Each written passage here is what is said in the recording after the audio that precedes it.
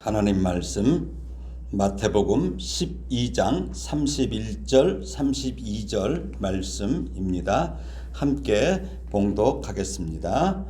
그러므로 내가 너희에게 이르노니 사람에 대한 모든 죄와 모독은 사하심을 얻되 성령을 모독하는 것은 사하심을 얻지 못하겠고 또 누구든지 말로 인자를 거역하면 사하심을 얻되 누구든지 말로 성령을 거역하면 이 세상과 오는 세상에서도 사하심을 얻지 못하리라.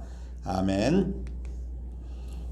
제가 지금 힘써 여호와를 알자라는 제목으로 성부 하나님, 성자 하나님이신 예수 그리스도, 그 다음에 이제 성령 하나님에 대하여서 이 나누는 말씀은 지금 제가 이 화면에 있듯이 이제 이 책을 저도 가지고서 이렇게 쭉 하고 있는데, 영국의 마틴 로이드 존스 이 목사님의 교리 강좌 책을 중심으로 지금 제가 진행하고 있어요. 이걸요.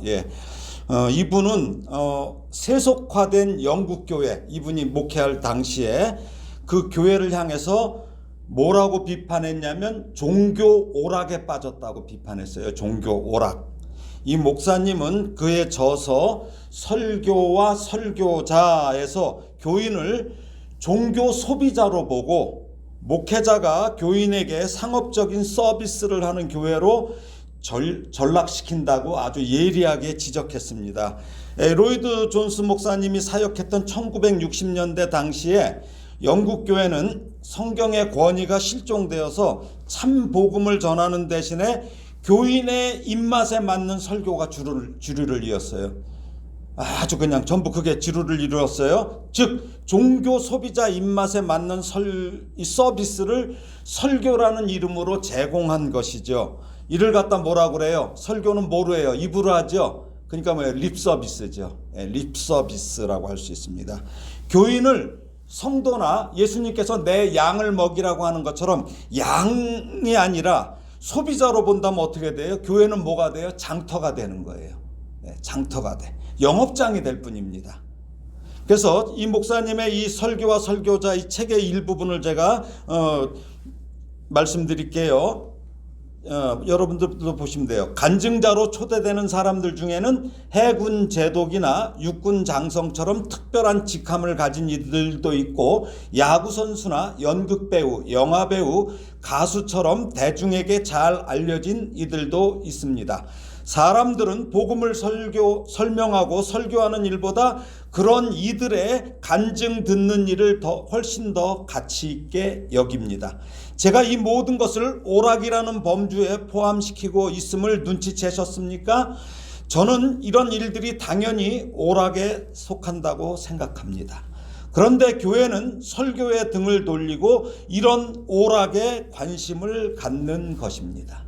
이 목사님은 또 뭐라고 하냐면 설교가 쇠퇴하면서 예배의 형식적인 요소가 강화되었다. 교동문, 성가대, 찬양, 헌금 방식, 간증 등 이런 오락에 관심을 갖고 있다고 지적합니다.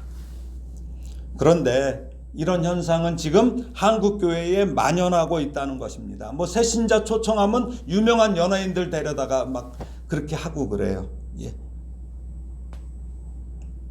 근데 하나님의 말씀을 사도 바울은 이렇게 정의했어요.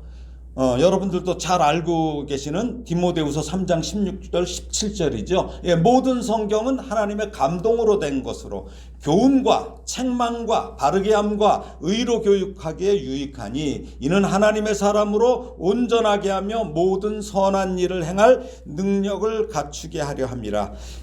하나님의 말씀에 이 신자가 살아가야 할 교훈이 있다는 거예요. 우리가 그렇죠? 이 말씀에 교훈이 있어요. 책망도 있다고 지금 분명히 말해요.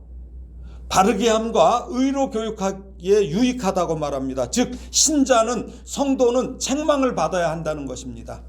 그렇다고 목사가 책망만 하라는 것은 아니에요. 그러나 교회는 어떤 곳입니까? 교회는 진통제를 주는 곳이 아닙니다. 저는 아파도 진통제를 안 먹어요. 저는요. 뭐가 혹시 아파도. 진통제는 뭐예요? 통증을 잊게 하는 것이지 치료제는 아니에요. 그리고 진통제는 뭐가 있어요? 중독성이 있어요. 예, 치료는 안 돼요. 근데 하나님 말씀은 뭐예요? 치료제예요. 또 수술 도구임을 기억해야 됩니다.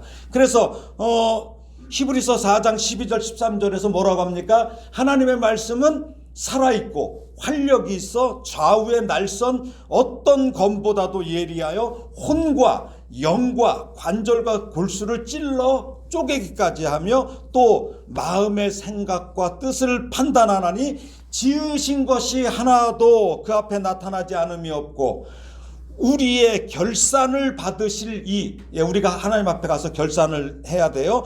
그 이의 눈앞에 만물이 벌거벗은 것 같이 드러나느니라. 그러니까 하나님의 말씀 앞에서는 모든 게 벌거벗은 것 같이 드러나요. 예, 우리가 어때요? 수술할 때 옷 입고 수술하는 사람 봤어요? 없지요. 하나님 앞에서는 모두가 벌거벗은 것 같이 드러내야 수술이 가능해요. 이것이 말씀 앞에 서는 신자의 자세입니다. 근데 지금은 옷을 자꾸 입혀. 수술 때는 전혀 올릴 생각을 안 해요. 그냥 좋다, 잘 될 거야.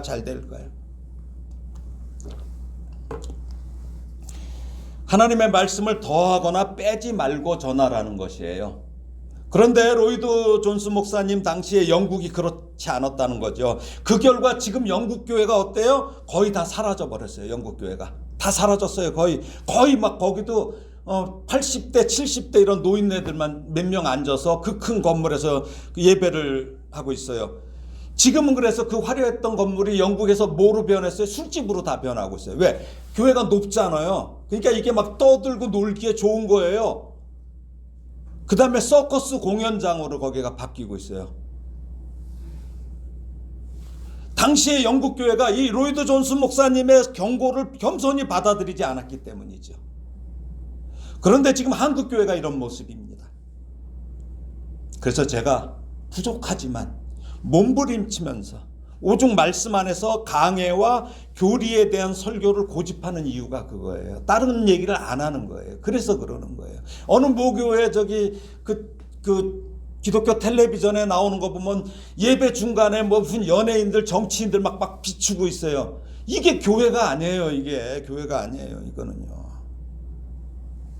그래서 오늘도 성령님의 신성에 대해서 말씀을 나누려고 합니다. 그리고 힘써 여호와를 알자라는 주제의 교리 설교는 오늘까지 마무리해요. 그리고 새해에는 성경의 인물들에 대해서 살펴볼 거예요. 그래서 우리가 인물들을 쭉 살펴보면서 우리가 잘못 알고 있었던 것들도 다시 또 이렇게 확인해 가면서 이렇게 가려고 그래요. 그래서 그 인물들을 통해서 하나님께서 그 인물이 중요한 게 아니에요. 하나님께서 그 인물을 통해서 어떻게 구원의 역사를 이루어 가시는지를 우리가 살펴봐야 되는 거죠. 우린 자꾸 어떤 인물에 집중해서는 안 돼요. 그 인물을 어떻게 하나님께서 만들어 가시느냐, 이게 중요한 거죠. 그래서 계속해서 성령님은 누구신가에 대해서 살펴보았죠. 그래서 지난 시간에는 성탄절 바로 전주에는 일반적으로 성령의 그 인격이라는 주제를 제가 하나님은 사람이 아니기 때문에 성령님은 그래서 인격이라는 단어 선택의 문제점을 제가 말씀드렸어요. 그렇죠? 그래서 The Personality of the Holy Spirit에서 Personality를 인격 대신에 본질이라는 단어로 바꿔서 말씀드렸는데 아직도 이게 뭐가 만족할 만하진 않아요. 우리말로 바꿨을 때는. 그러나 이 Personality를 하나님께서 우리 사람에게 부어주신 생기를 통해서 우리 사람도 뭐예요? 인격을 가졌어요. 그래서 우리 사람은. 그래서 인격을 가진 존재는 뭐라고 그랬어요? 지난 시간에 지, 정, 의. 이걸 가진 존재가 인격이에요. 그래서 이걸 가진 존재가 누구 있다고 그랬어요? 하나님, 천사, 사람. 네, 이렇게 있다고 말씀드렸어요. 그런데 첫사람 아담의 불순종으로 인해서 사람에게 주신 이 인격이 지정의가 어떻게 돼요? 온전하지 못하고 망가졌어요. 망가진 상태가 됐어요.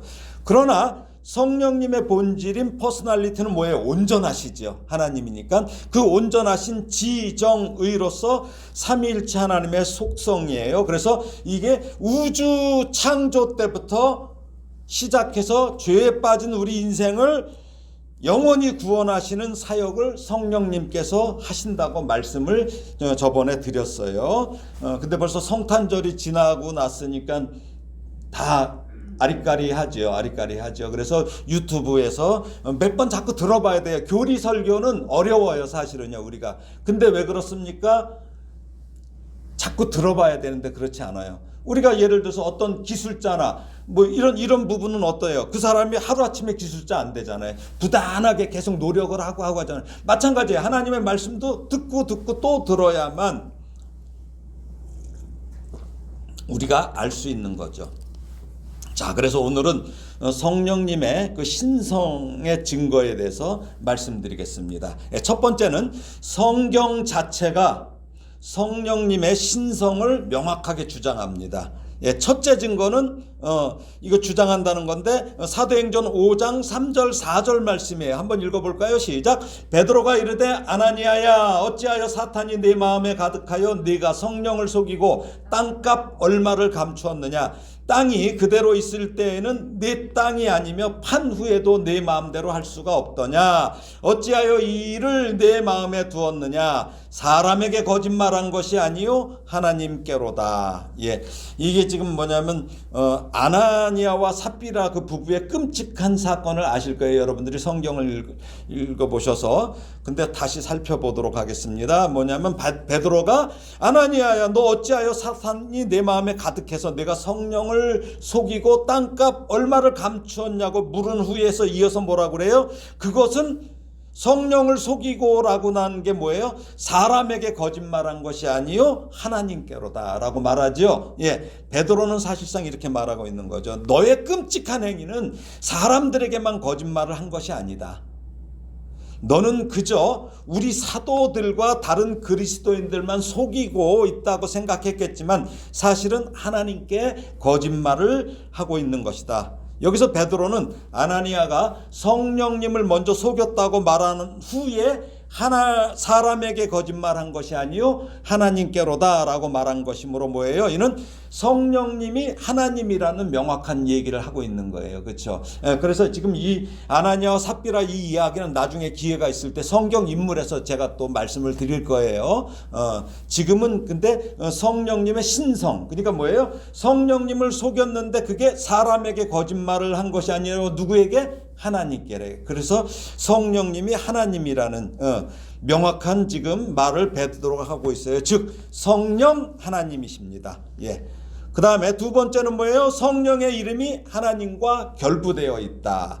앞서 성령님의 본질에서 살펴보한 같이 봤어요. 그때 성령님의 이름은 하나님의 이름과 결부되어 있어요. 이를 성령님의 신성도 증명해 주는 거예요. 그래서 마태복음 28장 19절에 보면 그러므로 너희는 가서 모든 민족을 제자로 삼아 아버지와 아들과 성령의 이름으로 세례를 베풀고, 그러니까 뭐예요? 아버지와 아들과 성령이 딱 동일하죠. 세례를 누구 하나의 이름으로 하는 게 아니라 세 위격으로 그대로 베풀으라는 얘기예요. 그러니까 이건 뭐예요? 하나님이란 뜻이죠. 또 고린도후서 13장 13절 우리가 예배 후에 목사가 축도를 할 때 나오는 거죠. 주 예수 그리스도의 은혜와 하나님의 사랑과 성령의 교통하심이 너희 무리와 함께 있을지어다. 여기도 삼위, 그렇죠? 세 위격이 그대로 똑같이 나와요. 또 고린도전서 12장에서도 그 근거를 찾을 수 있어요. 여기서 바울은 뭐라고 그래요? 은사는 여러 가지나 성령은 같고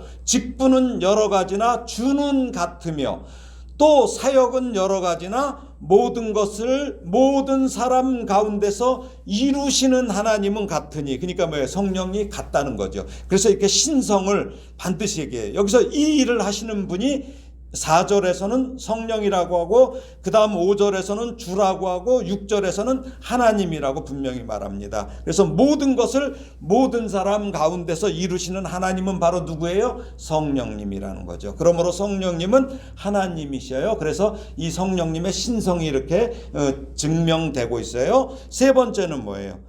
하나님의 속성이 성령님께 돌려진다는 거예요. 그러니까 이 세 번째 증거는 몇몇 분명한 속성이 성령님께 돌려졌다는 그 이야기를 해요. 이것은 매우 중요한 증거예요.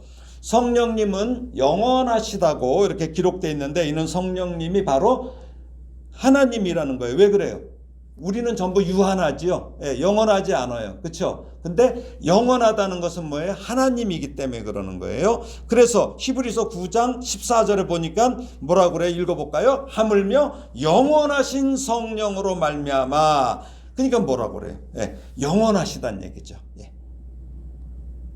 이렇게 영원하다고 얘기하고 있어요. 또 성령님은 편재하신다고 그래요.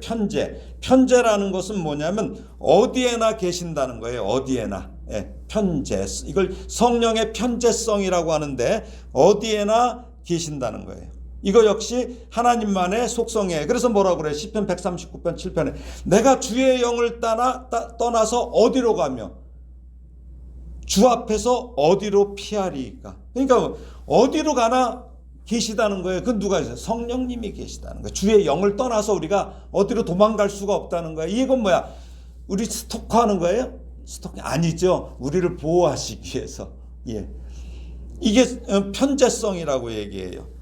이걸 갖다가 예수님도 말씀하시죠. 이 성령의 편재성을 요한복음 14장 17절에서 뭐라고 그래요? 그는 진리의 영이라. 세상은 능히 그를 받지 못하나니 이는 그를 보지도 못하고 알지도 못함이라. 그러나 너희는 그를 아나니 그는 성령이 어떻게 해요? 우리와 함께 거하셔요. 그러니까 나한테만 거하시면 어디나 계시는 게 아니다. 우리 성도님들 모두에게 어디에 가 계시든지 간에 계시기 때문에 이거를 갖다가 편재성이라고 얘기해요. 예, 어디에나 계셔요. 어디에나. 이걸 갖다 우리가 한자로 또 뭐라고 그래요? 무소부재라고 하죠. 예, 무소. 어떤 장소에나 계시며 존재하지 않는 곳이 없다. 이 얘기죠. 그리고 이제 성령님은 또 어때요? 전능하셔요. 전능하셔갖고 능력의 한계가 없어요. 그래서 이게 성령님의 그 신성의 속성이에요. 그래서 마리아를 방문한 천사가 마리아에게 뭐라고 그래요? 내가 잉태하여 아들을 낳으리니 그 이름을 예수라 하라. 이렇게 말씀하시잖아요. 천사를 통해서. 그때 뭐라고 그래요? 마리아가 나는 남자를 알지 못하는데 어떻게 이 일이 있겠냐고 마리아가 얘기하죠. 그럴 때 뭐라고 그래요? 천사가 성령이 내게 임하시고 지극히 높으신 이의 능력이 너를 덮으신. 그러니까 성령이 마리아를 덮음으로써 잉태가 되는 거예요. 이게 전능하신 거죠. 이게 전능하신 거죠. 예. 응? 이처럼 예수님은 성령으로 잉태되셨어요. 마리아를 덮으신 성령님은 전능하시고 지극히 높으신 하나님의 능력이셨던 것이죠. 이 전능하신 성령님으로 인해서 우리 예수님께서 마리아에게서 나신 것이죠. 마찬가지로 성령님은 전지하셔요. 모르시는 게 없어. 전지하셔. 이게 지금 하나님이 전지하신데 모든 것을 아시는 거예요. 전지. 그래서 고린도전서 2장 10절 11절에서 이걸 발견할 수 있어요. 한번 읽어볼까요? 시작.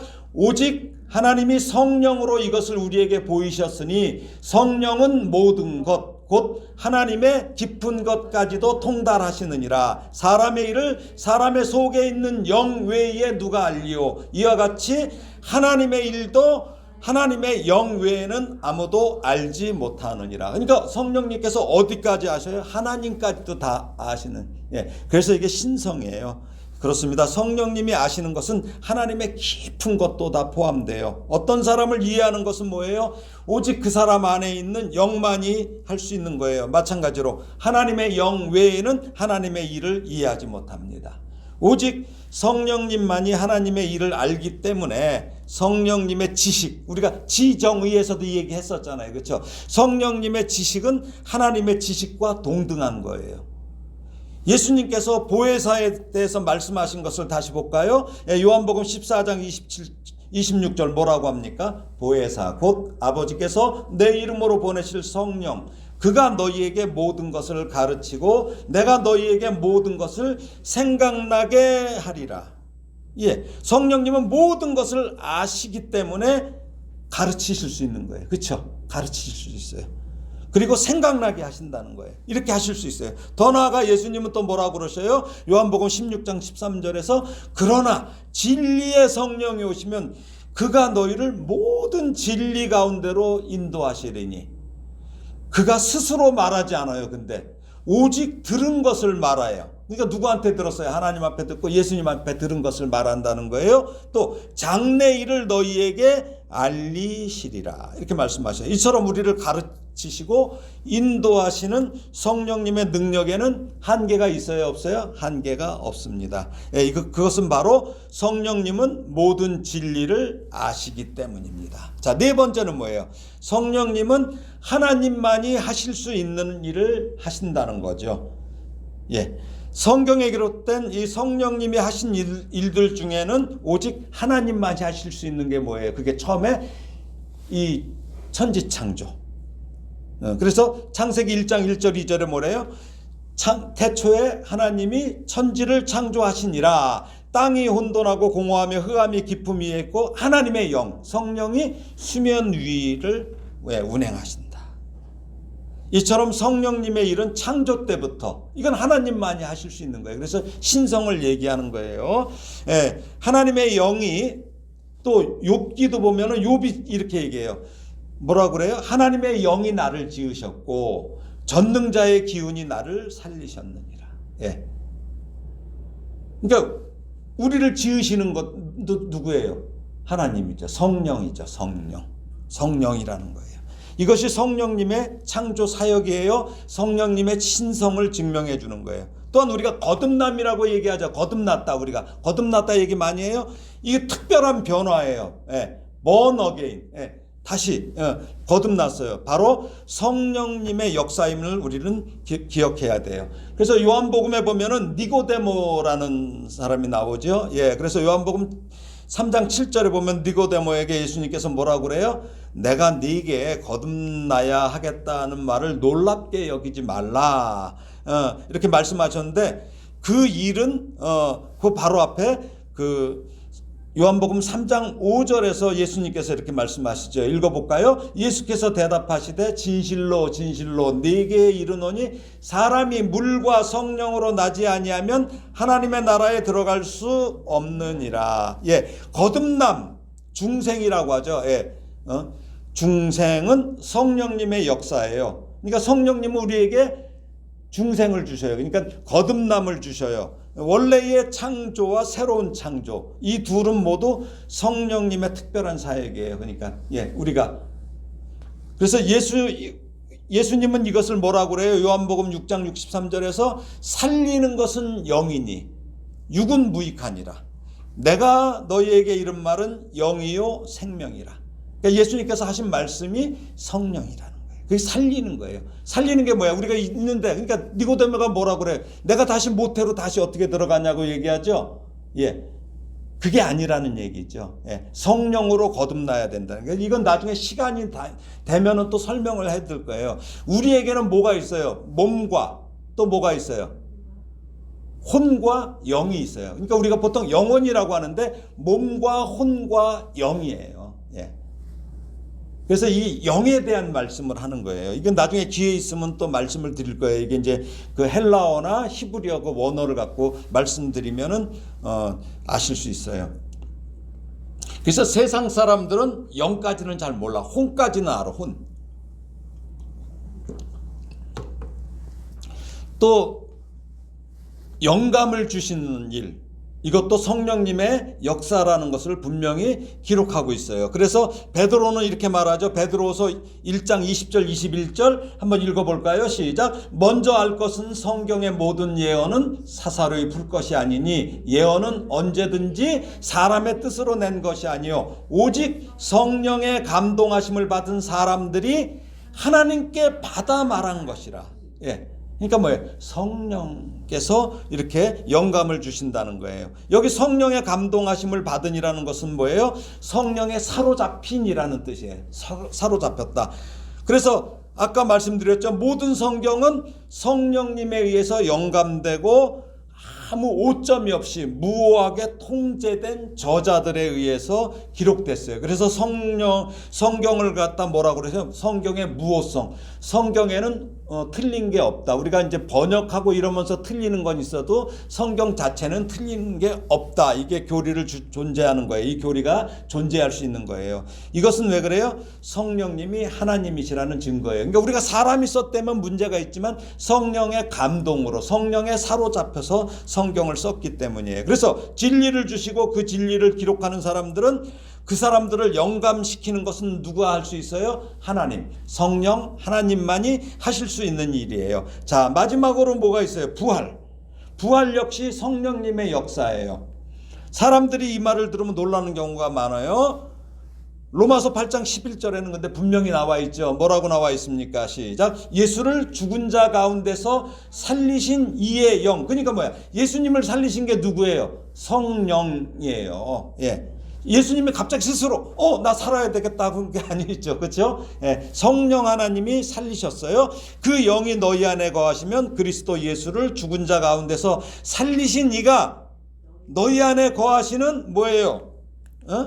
너희 안에 거하시는 그의 영으로 말미암아 너희의 죽을 몸 누구예요? 우리죠. 우리도 어떻게 돼요? 살리셔요. 아멘입니까? 성령 하나님이 살리신다는 거예요. 예. 예. 예수님이 그래서 먼저 첫 열매가 됐잖아요. 부활의 첫 열매가 됐잖아요. 예. 로마서 1장 4절에서도 똑같은 가르침이 암시되어 있어요. 이 구절에서 사도 바울은 그리스도가 뭐라고 그래요? 성결의 영으로는 죽은 자들 가운데서 부활하사 능력으로 하나님의 아들로 선포되셨으니 곧 우리 주 예수 그리스도시니라. 예, 죽은 자 가운데서 성결의 영으로 부활하신 거죠.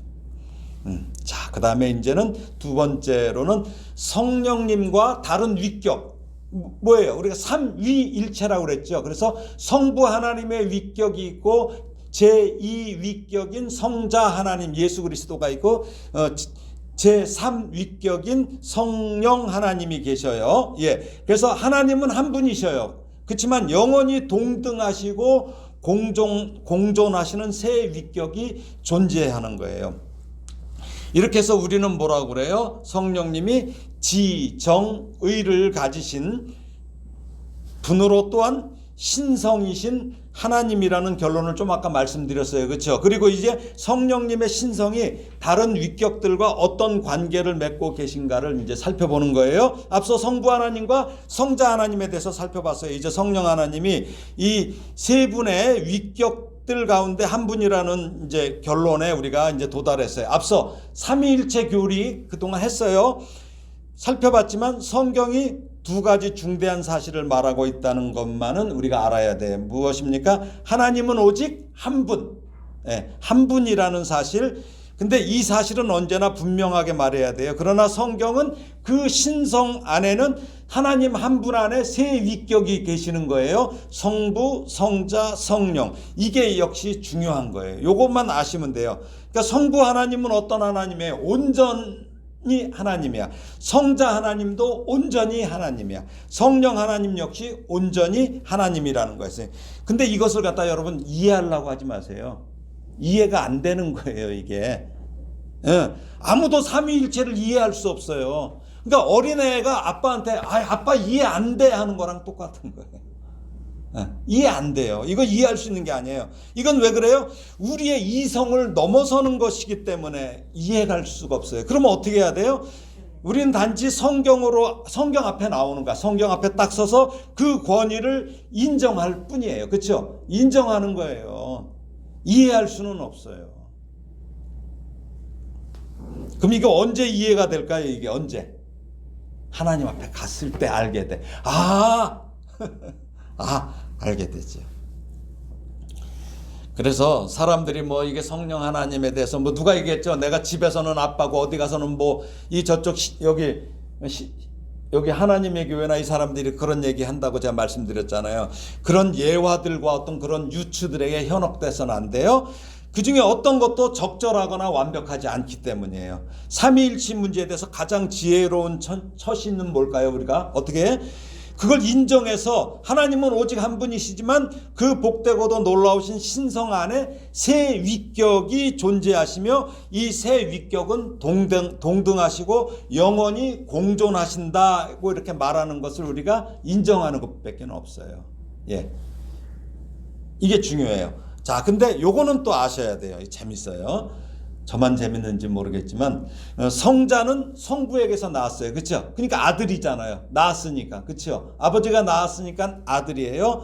근데 성령은 낳은 존재가 아니고 나오는 존재예요. 예, 나오는 존재. 잘 못 알아듣겠나요?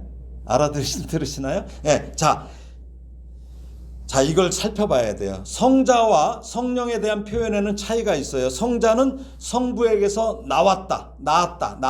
begotten 이렇게 얘기해요. 나왔다. 아버지가 낳았다고 지난주에도 얘기했어요. 그래서 뭐라고 얘기를 해요? 독생자라고 하잖아요. 낳지 않았는데 아들이라고 안 하잖아요. 그렇죠? 예. 독생자라고 그래요. 그래서 요한복음 3장 16절에서 18절 참 중요한 말씀이에요, 이게. 그래서 시작. 하나님이 세상을 이처럼 사랑하사 독생자를 주셨으니 이는 그를 믿는 자마다 멸망하지 않고 영생을 얻게 하려 하심이라. 하나님이 그 아들을 세상에 보내신 것은, 아들을 어떻게 보내셨어요? 낳았으니까 보내셨다는 얘기죠. 예, 세상을 심판하려 하심이 아니요 그로 말미암아 세상을 구원을 받게 하려 하심이라. 그를 믿는 자는 심판을 받지 아니하는 것이요 믿지 아니하는 자는 하나님의 독생자의 이름을 믿지 아니하므로 벌써 심판을 받은 것이니라. 예. 그런데 이렇게 나았다고 그랬어요. 근데 성령님에 대해서는 절대로 이런 말을 사용하지 않아요. 성경에서 성령님에 대해서는 아버지께로부터 나오신다 이 용어를 써요. 그래서 요한복음 15장 26절 이게 엄청 중요한 구절이에요. 이 구절이 이걸 잘 아셔야 돼요. 여기서 발견했어요. 뭐라고 그래요? 예수님께서 요한복음 15장 16절에서 뭐라고 해요? 읽어볼까요? 시작. 내가 아버지께로부터 너희에게 보낼 보혜사 곧 아버지께로부터 나오시는 진리의 성령이 오실 때에 그가 나를 증언하실 것이요. 뭐라고 그래요? 아버지께로부터 나오시는 성령이에요. 예, 낳은 게 아니죠. 나오시는 성령이에요. 그래서 이게 이제 우리가 신학교 다니면 이걸 막 얘기해요. 발생, 제너레이션과 발출, 프로세션 뭐 이렇게 갖고 막 얘기하는데 이걸 갖고 막 씨름해 왔어요. 발생, 발출. 근데 이거를 갖다가 여러분이 여기까지 깊이 알 필요는 없어요. 왜? 그리고 이걸 갖다 시도는 좋아요. 막 신학교에서 연구하고 하는 이런 시도는 좋은데 이것은 뭐예요? 아까도 말씀드렸듯이 마틴 로이드 존스 목사님도 이것은 애초에 하지 말았어야 된대. 이런 고민을. 왜 그래요? 우리의 능력을 완전히 벗어나는 일이기 때문입니다. 이 진리는 매우 커요. 그리고 초월적인 것이기 때문에 우리의 이성으로는 도저히 깨달을 수가 없습니다. 그러므로 낳음, 발생, 발출 등의 용어가 무슨 말인지는 그래도 알아야 돼. 그러나 예수님은 뭐예요? 아버지께로부터 나오시는 진리의 성령이라고 성령님에 대해서 이렇게 말씀하셨어요. 예수님께서. 예, 그래서 성령은 성부와 성자로부터 나오시는 거예요. 자, 그 다음에 또 한 가지를 우리가 이렇게 기억해야 돼요. 요한복음 15장 26절에서 예수님은 아버지께로부터 나오시는 성령이라고 말씀하셨지만 성령님이 성자로부터도 나온다는 말씀은 하시지 않았어요. 그렇죠? 예. 근데 그래서 이것 때문에 이 성령님 때문에 말씀드렸죠. 동방교회하고 서방교회가 갈라졌어요. 옛날에 우리가 이게 종교개혁이 있기 전에 캐톨릭이라고 하는 뭐 그쪽 하나의 교회가 있었어요. 근데 여기서 성령에 대해서 갈라졌어요. 그러니까 로마 캐톨릭을 서방교회라고 그래요. 그 다음에 이쪽 러시아, 그리스, 우크라이나 이쪽이 전부가 동방정교회라고 그래요. 동방교회라고 그래요. 이게 왜 갈라졌냐면 저기는 똑같아요. 그러니까 아버지께로부터 나오시는 건 똑같아, 성령이. 근데 서방교회는 아들, 성자로부터도 성령이 나오신다고 그래요. 근데 동방교회는 아니다. 그건 아니다. 오로지 아버지 하나님 성부로부터만 나온다. 이래갖고 둘이 싸우다가 갈라진 거예요. 이게. 이렇게 가르쳤어요. 근데 우리 뭐야? 개신교는 뭐예요? 성령이 성부뿐 아니라 성자로부터도 나오신다고 우리 또 믿고 그렇게 가르쳐요. 그러니까 뭐예요? 로마 캐톨릭하고 이거는 똑같아요. 이게 뭐냐면 이때가 대분열이야. 그러니까 동방교회와 서방교회, 그리스도교가 분열됐어요. 크게 분열된 거죠. 그렇죠? 예, 그 전에도 물론 있었어요. 그리고 또 그 로마 캐톨릭에서 또 대분열이 우리 개신교로 대분열이 됐죠. 이제 이건 왜 그러냐면은 바로 캐톨릭에서 그 면죄부를 팔고 마리아를 신성시했기 때문에 이게 갈라진 거예요. 예. 그러니까 성령이 성부에게서만 나온다고 가르쳐야 하는지 아니면 성부와 성자에게서 나온다고 가르쳐야 하는지를 놓고 이제 교회에서 막 그랬던 거예요. 자, 그러면 한번 이것은 되게 우리가 알아야 돼요. 그쵸? 어디가 맞는지. 그러면 이걸 어디서 찾아야 돼요? 우리가 말로만 주장해서는 안 되죠. 그럼 어디서 찾아야 돼요? 성경에서 찾아야 돼요. 성경에서. 예. 그러니까 뭐냐면 동방교회, 서방교회 모두 동정녀 마리아를 믿어요. 그래서 마리아 몽소승천이라는 말이 있어요. 처음 들어요? 처음 듣죠? 몽소승천. 마리아도 승천했어요. 근데 예수님은 돌아가셨다가 살아나셔서 승천하셨어요. 그렇죠? 근데 캐톨릭이나 이 동방교회에서 이쪽에서는 뭐냐면 마리아는 죽은 다음에 그 몸과 영혼이 올라갔다고 이렇게 얘기를 해요. 죽은 다음에. 이게 몽소승천이라고 얘기하는 거예요. 이것까지도 서로 인정하는데 또 동방교회는 또 뭐를 인정하냐면 서방교회의 문제가 뭐냐면 교황은 무오솔이야. 교황 무오솔. 교황은 아무 잘못이 없대. 오점이 없대. 틀리는 게 없대요. 말도 안 되잖아요. 예. 그렇게 얘기하고 있는 게 근데 동방교회는 그걸 또 믿지 않아요. 예. 이런 차이가 있습니다. 근데 이들을 분열시킨 것은 뭐예요? 결국은 성령님에 대한 문제죠.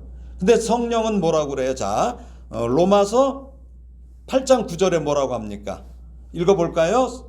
성령은 만일 너희 속에 하나님의 영이 거하시면 너희가 육신에 있지 아니하고 영에 있나니 누구든지 그리스도의 영이 없으면 그리스도의 사람이 아니라. 분명히 누구의 영이라고 그랬어요?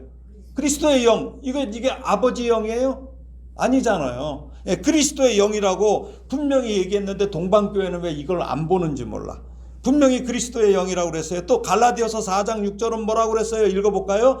너희가 아들이므로 하나님이 그 아들의 영을 우리 마음 가운데 보내사 아빠 아버지라 부르게 하셨느니라. 아들의 영이 누구예요? 예수 그리스도의 영 아니에요. 이렇게 나왔는데 지금 이러는 거죠. 그래서 이것을 동방교회가 간과한 거야. 그냥 지나친 거예요. 근데 사람이 한 번 이렇게 딱 지나치면 얼른 그걸 고치면 되는데 안 고쳐요. 안 고쳐. 그래서 바로 이 구절 아까 요한복음 15장 26절에서 우리 주님께서 성령님을 보내실 분이 바로 자신이라고 아까 말씀하셨잖아요. 그렇죠? 예, 당신이라고 그랬어요. 그래서 우리 주님은 성부와 함께 계셔요. 또한 아버지께서 하시는 것과 똑같이 예수님 자신도 성령님을 통해서 일하시겠다고 말씀하셨어요. 더 나아가 성경은 성령님이 계신 곳은 어디든지 성부와 성자도 함께 계신다는 것을 보여줘요. 그래서 예수님은 뭐라 그래요? 자신이 보혜사를 보내실 것이라고 그러잖아요. 그렇죠? 내가 가면 다른 보혜사를 너에게 보내실 것이라고 하잖아요. 그 결과가 뭐예요? 성부와 예수님이 우리 안에 거하실 것이라고. 예. 그러니까 성령님이 우리 안에 거하시는 건 뭐예요? 성부 하나님과 성자 하나님 예수 그리스도가 우리 안에 계시다는 거죠. 예, 이 이야기예요. 그래서 지금 제가 드린 말씀은 오늘 딱 읽고 그래도 헷갈려. 그러면 차라리 헷갈려. 그래도 난 이거 믿을 거야 하든지 아니면은 몇 번 더 들어보시든지 설교를 그렇게 하셔야 됩니다. 이처럼 이 세 분은 언제나 함께 일하십니다. 이것을 다시 말씀드리지만 머리로 이해하려고 하지 말고 믿음으로 받아들여야 합니다.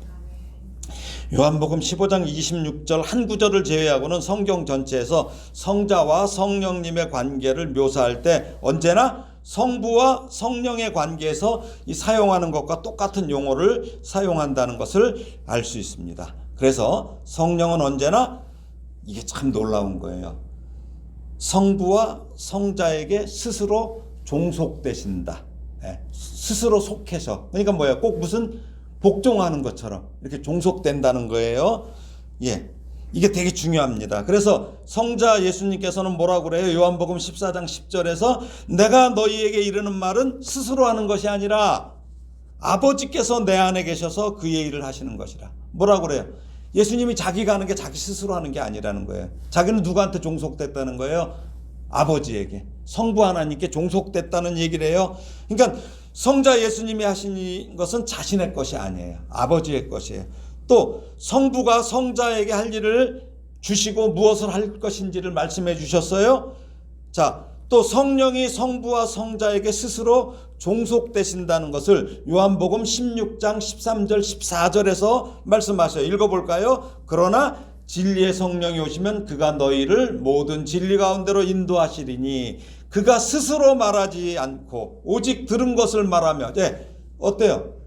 성령이 스스로 말해요? 들은 것을 말한다고 그랬어요. 그렇죠? 들은 것을. 그러니까 종속되어 있는 거죠. 들은 것을 말하며 장래일을 너희에게 알리시리라. 그가 내 영광을 나타내리니 내 것을 가지고 너희에게 알리시겠습니다.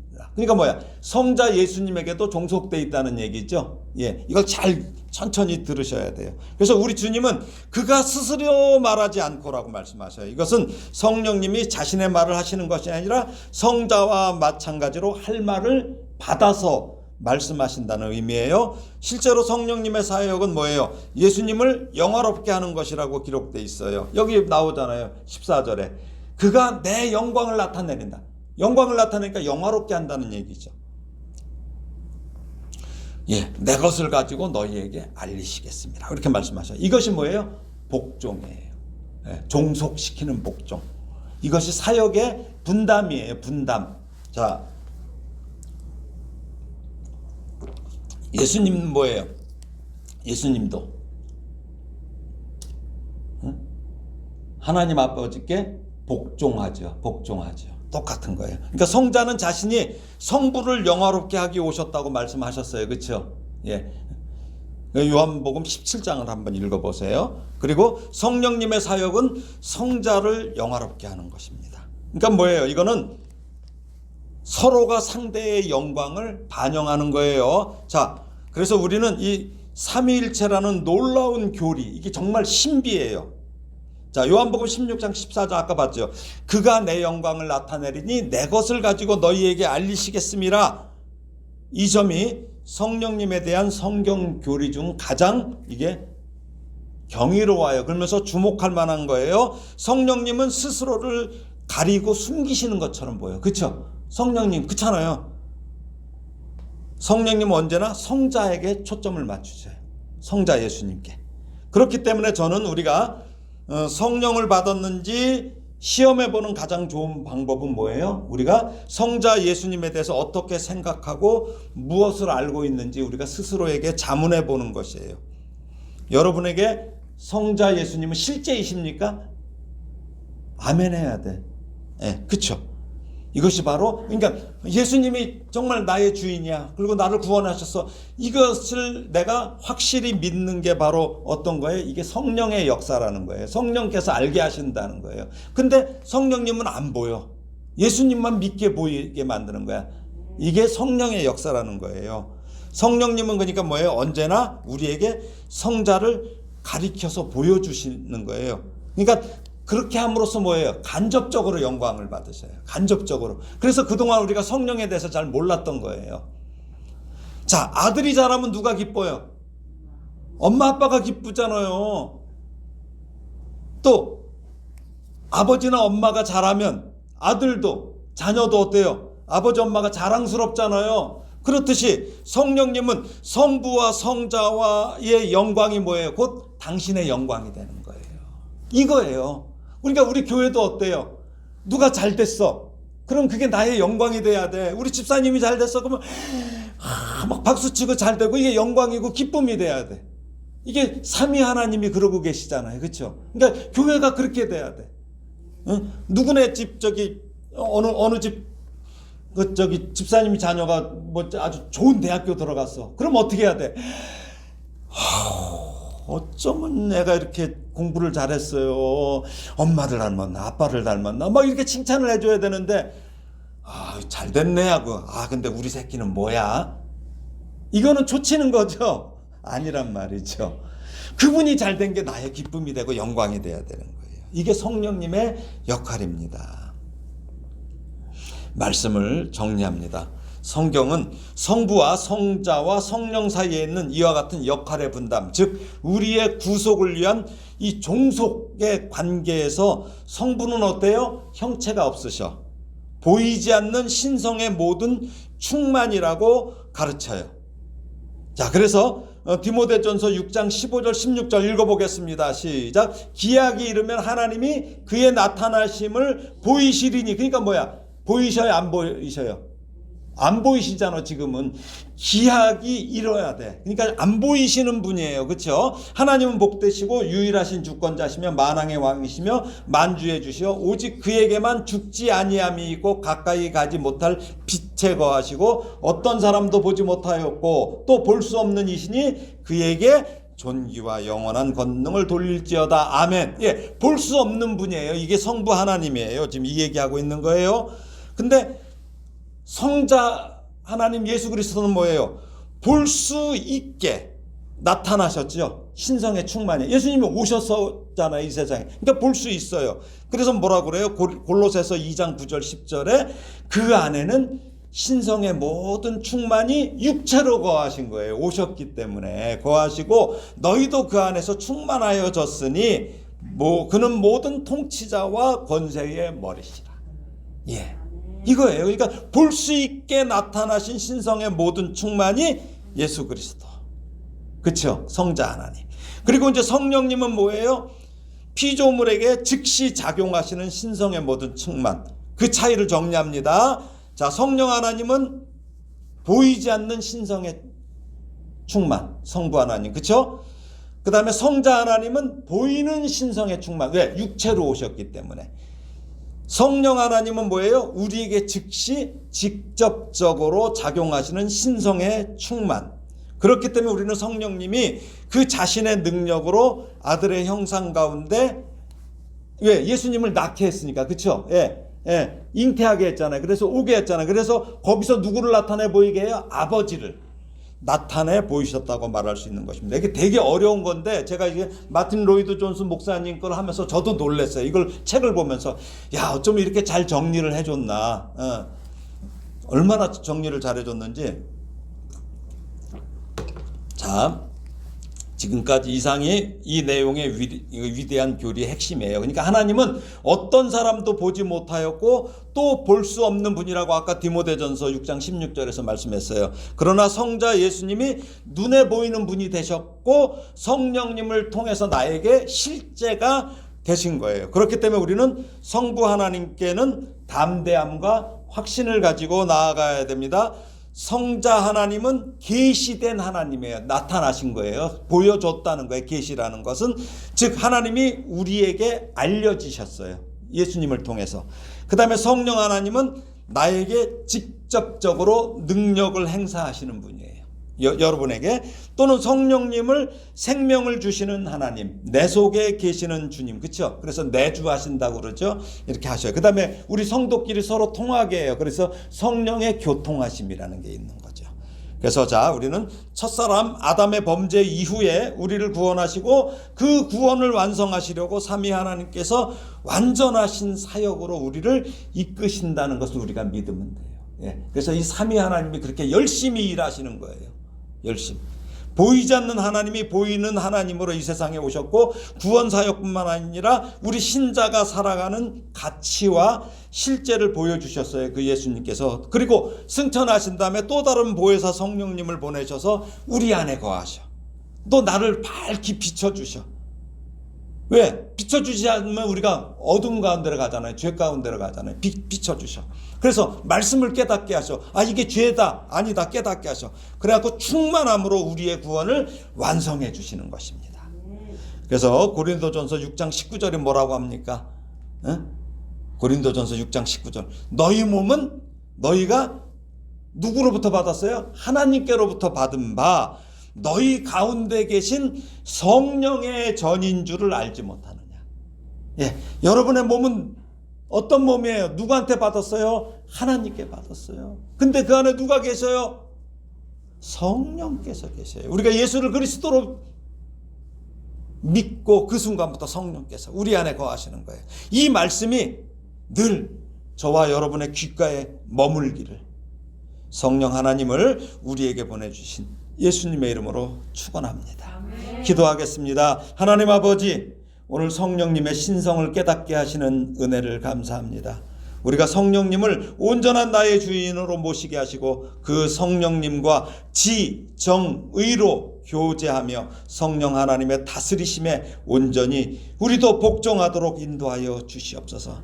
매일매일 우리의 삶에 성령님이 주시는 평안과 능력을 경험하고 누리게 하시며 그 평안과 능력을 가족과 동료는 물론 마음이 내키지 않는 이웃에게도 그 능력을 우리가 바라게 은혜를 주시옵소서. 올 한 해 주님 은혜로 잘 살았습니다. 하나님 고맙습니다. 내년에 더욱더 큰 은혜를 기대합니다. 하나님 인도하여 주시옵소서. 예수님의 이름으로 기도합니다. 아멘.